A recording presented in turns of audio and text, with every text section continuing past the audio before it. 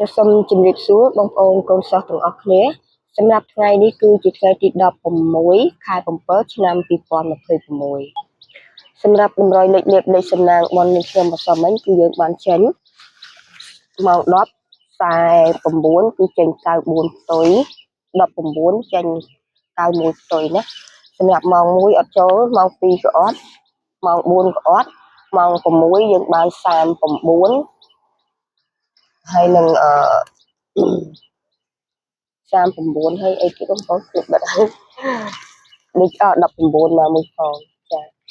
ហើយសម្រាប់ម៉ោង7លេខប្រស្នាថ្មីខ្ញុំឲ្យ82ដែលខ្ញុំអត់បានផ្ោះក្នុង YouTube មួយនេះទេខ្ញុំផ្ោះក្នុង YouTube រំលាយតូចណាចាយើងបាន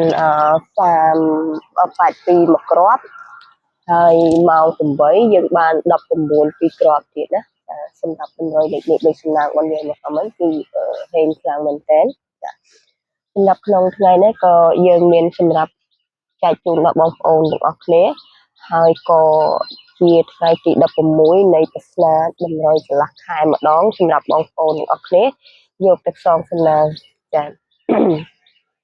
សម្រាប់លេខប្រស្នាបននឹងខ្ញុំក្នុងថ្ងៃនេះគឺមាន73 17ចាំតិចលេងម៉ូតូចា73 17 10គុត5គុតណាចាអញ្ចឹងគឺមាន4គ្រាប់ដូចដើមដូចអសមិញដូចគ្នាចាអញ្ចឹងខ្ញុំជូនពរបងប្អូនកូនសិស្សទាំងអស់គ្នាមានលេខមានគីហេង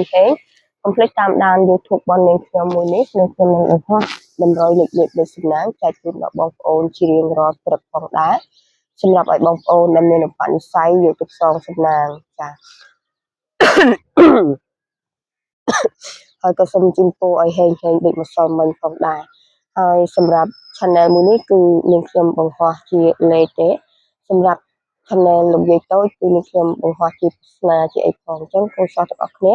អាចចូលទៅ subscribe YouTube channel របស់នាងខ្ញុំលោកយាយតូចឬមួយក៏ក្នុង channel នេះកុំភ្លេច subscribe ផងណាបងប្អូនអរគ្នាចា